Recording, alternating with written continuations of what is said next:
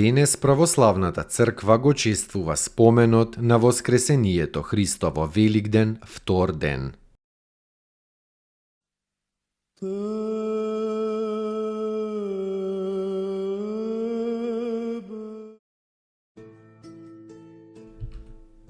Воскресение Христово Пасха. Откако слугите на првосвештениците израелски го фатија Исус и го предадоа на Пилат со барање да биде распнат, а Пилат за да им угоди конечно така и пресуди, како не му најде вина, Господ пострада со смрт на крст. Висеше меѓу двајца разбойници, од кои едниот го похули, а другиот го прослави, спасувајќи се со ова себе си за живот вечен.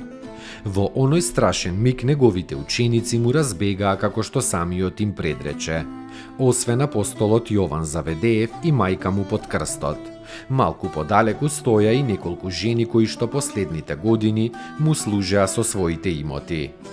Покрај него тогаш немаше други, освен непријателите и минувачите во неверие. Евангелието подробно пишува за смртта, потоа Јосиф од Ариматеја, кој му беше ученик, се осмели и го побара од Пилат телото за да го погребе. Го положија во еден нов гроб кој што Јосиф го имаше скроено во карпа. Го затворија влезот со камен и си заминаа. За воскресението дознаа во мугрите во неделата, кога оние верни жени појдоа со миризливи масла на гробот за да го помазаат телото, кое не го најдоа.